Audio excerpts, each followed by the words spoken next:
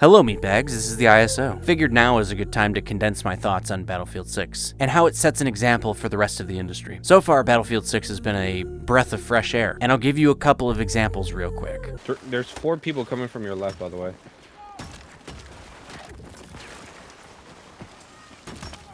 We're busy killing this building.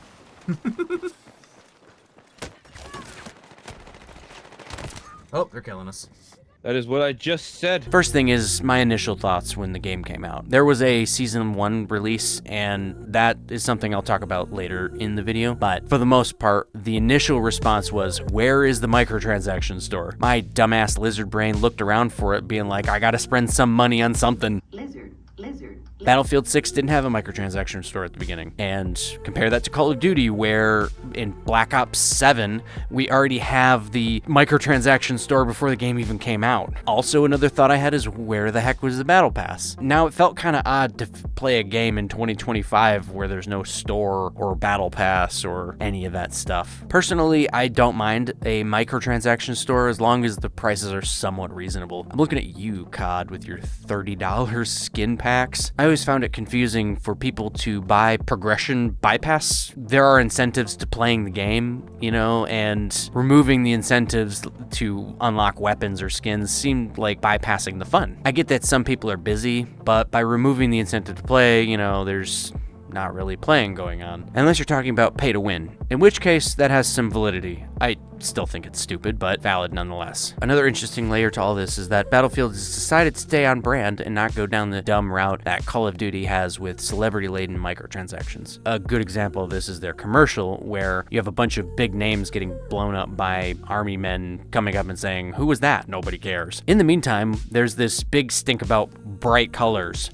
Bright colors. Yes, please let the dipshits wear high-vis skin all they want. Makes them a much bigger target. But I've been checking out the Battle Pass in the store since then, and I haven't been able to find these skins, so did they remove them? I am personally not enraged by the bright colors. It's okay, and it's not Call of Duty level of stupid nonsense. But people are saying it's a slippery slope, and I disagree with this, because it's still on brand for the universe. Look at Pax Armada and NATO squad variant colors. They are high-vis blue and high-vis green. So it fits within the universe that they've kind of set up. Now, I wouldn't use that in real life, you know, in a real battlefield, but, you know, where there's realism and then there's, like, internal consistency of internally with the game in the story that, you know, does it fit. And there are colors and other camo patterns that do and would realistically fit in a battlefield, an actual battlefield, not the game, but, you know, like there's the blue and red zebra pattern that I think is pretty neat. But yeah, they've seen, like, I guess they have fixed it, so yeah, we'll see. Another crazy thing about this game is that it runs really well and it's super optimized, and they decided to not add any of the modern ray tracing or any of the other, like, poorly optimized graphics technologies. And yet, the game manages to be super cinematic still. So far as I can tell, that most of this can be attributed to a developer that joined the group. Vince Zampella, from what I hear, is a legendary game developer. He comes from the era when Halo was the top game, and they had to figure out how to compete against it with Call of Duty. He's also known for Titanfall, which I would say is my favorite Call of Duty game, even though it wasn't actually a Call of Duty game. Wild to think that all of the yesteryear stuff was so good and great that we can point to examples of what it used to be like, and with our rose-tinted glasses, and I swear, you know, the red, okay, sure, the red, but it doesn't cloud my vision or, you know, taint my view of the past much. The past of gaming, particularly in the late 2000s and early 2010s, felt like peak. Of course, I would say that I'm a millennial, but ask any Zoomer. They might say the same thing. Not to mention that Battlefield 6 is actually kind of peak Battlefield. It's taking kind of a lot of the modern movement capabilities and sensibilities and applying it to a game like Battlefield 3. There is, okay, don't burn me at the stake, there's quite a bit of COD in this game, and I think that contributes a lot to its success because the game is infested by COD players with all of the movement nonsense and all of the things that make COD kind of annoying and sweaty, but slows it down a little bit. So we'll see how it shakes out when the new COD comes out and they have a new home to go to. I think that them converting a lot of them COD players over contributed to the almost 1 million concurrent players, which is wild. No game in the industry has seen such insane success. Like, this is on par with stuff like Halo 3 and Modern Warfare 2 back in the day. These were massive mega releases that people couldn't wait to play the game. But why have so many game developers gone down the enshittification route? There were the incentives, like, to be an evil corporate bastard, were they that good? Like, for real? I'm wondering if Battlefield 6 becomes this kind of like clarion call for the rest of the industry to change their ways. I know there's a degree of hey, this is how we want it, you know, we're consumers, we're willing to pay in droves if you deliver on it kind of mentality. But will that happen for the rest of the industry?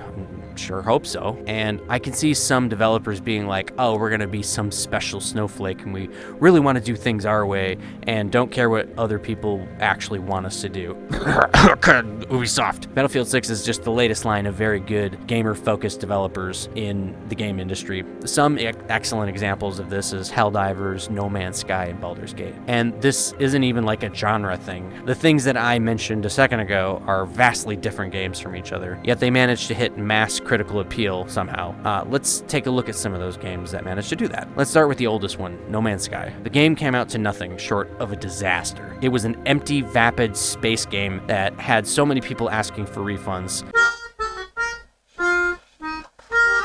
And lots of people that I know that, you know, they still have completely written the game off despite everything they've done and will never touch it again, and the damage is done. What did Hello Games do? Every 6 months since the game released, they have done these massive updates to the game and put their heads down and didn't make excuses for their shit performance. They didn't blame the gamers, and they didn't turn it into a microtransaction pump. They did what they were supposed to do, and they delivered on their promise, and holy crap, just take my money. You don't have to keep making amazing new game updates every couple of months at this rate. I'm sold on Light No Fire. We'd forgive you. Next is a different approach. Arrowhead made Helldivers a hit with its fanatical democratic storytelling machine, where devs are like dungeon masters, and somehow Sony managed to fuck things up for everyone. Everyone and their mothers came out to review bomb the game. Sony wanted people to sign up for a PSN account and made people in countries that couldn't sign up for a PSN account not be able to play the game. I made a couple of videos about this fiasco here, or in the description, but Sony reversed course. It took a while for that to happen, but when it happened, Arrowhead finally integrated a review bomb. It was like the Steam chart,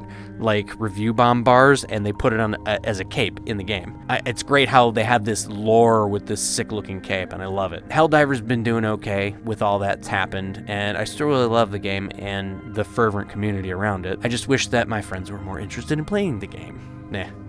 For Super Earth. And last is Baldur's Gate. They didn't have to update massive parts of the game. It was just a masterpiece from the beginning. No. I guess I'm sleeping with them. Off with your clothes. What? Good little thief. Good. Keep going like this. And you'll get to live. A multiplayer RPG with tons of outcomes and top-tier voice acting. I love D&D, and there just aren't enough games in this category. So there's a few examples of how games should be doing it in the industry. Battlefield 6 is the latest in that trend. Developers like Ubisoft and Microsoft should be taking note here. Now, of course, Battlefield is not perfect. We had a season release and a battle pass and a battle royale. The battle pass is literally a copy and paste from COD. It's fine. The battle pass costs roughly the same too. It's like $10. And people who don't buy it will still be able to earn weapon unlocks and save tokens so you can buy things with the new battle pass. This is fair and exactly like COD. What really sets this apart is the store bits of it. The skins are cheap and reasonably priced. I was saying that it was reasonably priced. Some things are reasonably priced. This is... They'll ramp it up. Obnoxious. Like, They'll ramp it up. what are these prices? Just wait till you can be. They'll be like every character will still have an army uniform, but it'll be Peacemaker wearing an army uniform. You know? Yeah, it'll be, it's John Cena. Yeah, you mean an invisible guy with like just a set of clothes floating around? and are most importantly not obnoxious. There are no clear advantages or disadvantages from getting a skin either. The Battle Royale came out, and I'm not really much of a Battle Royale player. I thought it was meh. Again, it's copy and paste of Warzone. Yeah, like, okay. But now, mind you, it's using the Battlefield engine, so it makes it categorically better than Warzone. I do like the elimination style mode. It's called Gauntlet. It's kind of like a big multiplayer, like multi-squad, almost like a battle royale, but not quite. It's like a big multiplayer game. So you do have two modes. You have the regular battle royale, the duos, and the quads, which they don't have triples, which is weird, or singles. Confusing, but they do have the Gauntlet thing, which is like a big multiplayer map. So it's free to play, so it brings people into the game, and yeah. So it's called RedSec. I didn't like it, but I've gotten better at it. It's improved. It's grown on me a little bit, but it's not something I'll play a regular basis. But I decided to get the Battle Pass as a statement, and the statement is to reward good decisions by developers, especially ones that listen to what the player wants. And we should most importantly not reward it if they do anti-consumers, like removing features between releases, or making the game silly because dumb people are buying it, or jacking up the prices. I mean, just to see how far people will buy said dumb crap. We'll see how far this goes, and hopefully the Battlefield devs keep it under check. I don't know, something like letting us continue progress from our Season 1 Battle Pass, even when Season 2 of Battle Pass is out, would be nice. That's something that COD does not do. Once the new season comes out, you can't, get progress in the previous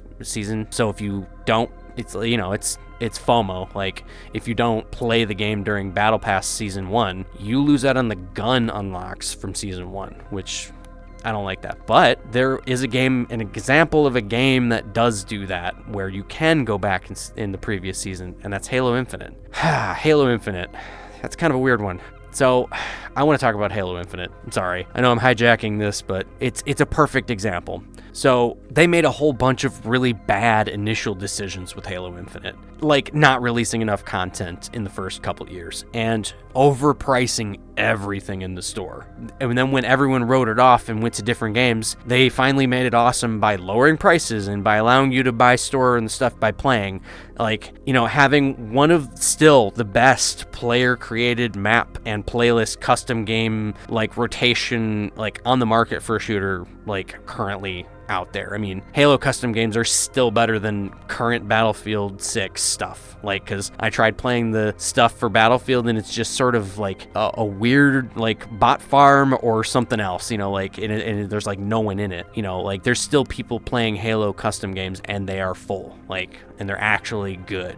But the thing is that the game is awesome now, and it's too late. The game population is kind of abysmal, and it's hard to find people to play, playlists. It takes almost 5 minutes or more, usually more, to get into a game. Here's the most important part of this thing with Halo, though. The game was free to play from the start. It is not a full-price game with all of the bad stuff thrown on top of it like COD. Halo really doesn't deserve the hate it gets. And there's also one more thing I want to say about Battlefield, because again, it's not perfect. There will be a need to do some balancing and bug fixes and gameplay stuff, but there's just too many COD players that make the game not fun by doing really either anti-team stuff. If you're a support guy, you're supporting the team, it's in the name of the class. Revive your teammates, throw out your packs, play Assault and actually have a purpose for it. There's a spawn beacon for the Assault, so you can go to locations that normal other classes can't do. Clearing a zone, if you're gonna play sniper up on the front of the battle line. Don't wait back in the stupid blue zone and get 5 kills. You don't have to be a sniper in the sniper class. It can be an assault rifle with spotting abilities. I run with an assault rifle and have all those spotting abilities, and that's super useful for the team to be able to see where the enemies are on the radar. And I salute you for doing your part, engineers. I'm doing my part. I'm doing my part. I am on a remote island on the edge of the Gulf of Alaska at the very top of the Pacific Ocean. I didn't do fucking shit. No engineer that I've ever seen in the game has been selfish in any regard. Also, there's like gun metas that people have like kind of like zoned in and figured out what the best builds are, and it's like people who are fresh to the game don't understand these metas, and they get instantly killed, and like they feel like it's really sweaty, but they just don't have any progression on any of their guns, so they just lose out as soon as they try and play. And it's just like, if you haven't playing from day one, you feel like the initial guns with the minimal amount of attachments just doesn't feel like it's strong enough. So I think they need to balance that a little bit for, you know, like, because the M4 that you start off was really good, and I think that there's better things that like make it so you're instantly dead. Like, oh, it's spawning. I forgot to mention spawning. So in some of the games, it's like they haven't learned from COD's mistakes, right? So like some of the small maps are like some of the biggest maps in COD, right? And somehow you can still spawn with a bullet in your head. Somehow you can end up being zone locked and like have people like shooting at you as soon as you take one step out of the spawn point. Like, there's another bit about, and this is like maybe just a COD thing, but like it's like players have figured out how to like make people spawn in specific areas and then do that, right? So like you'll end up with, also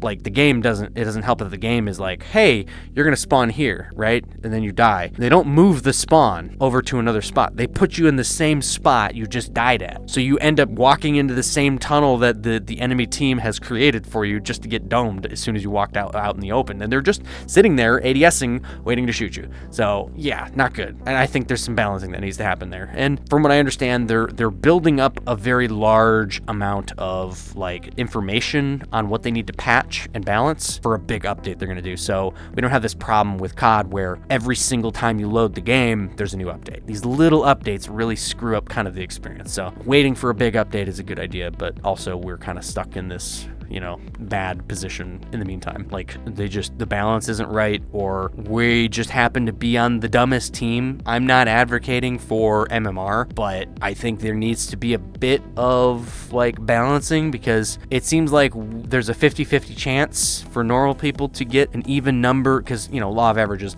you get an even number of skilled and unskilled people in your party, but we seem to get just, I don't know why, we seem to get the dumbest, worst players on one team and then just an average set on the other team. So all of the like high-end players are just screwing us over every time. So it feels like maybe a 70-30 split. So we'll get 30% good games and they'll get 70% good games. Like, yikes. But that's just a personal experience. You know, it's an anecdote. So I can't really speak on the entire thing, how that's going to look. Maybe it is just too many COD players. Maybe we're just doomed to repeat the cycle that COD has set out for us, you know, and it's just a generation thing plus you know, bad habits from an industry. So we'll see what happens when they do their update.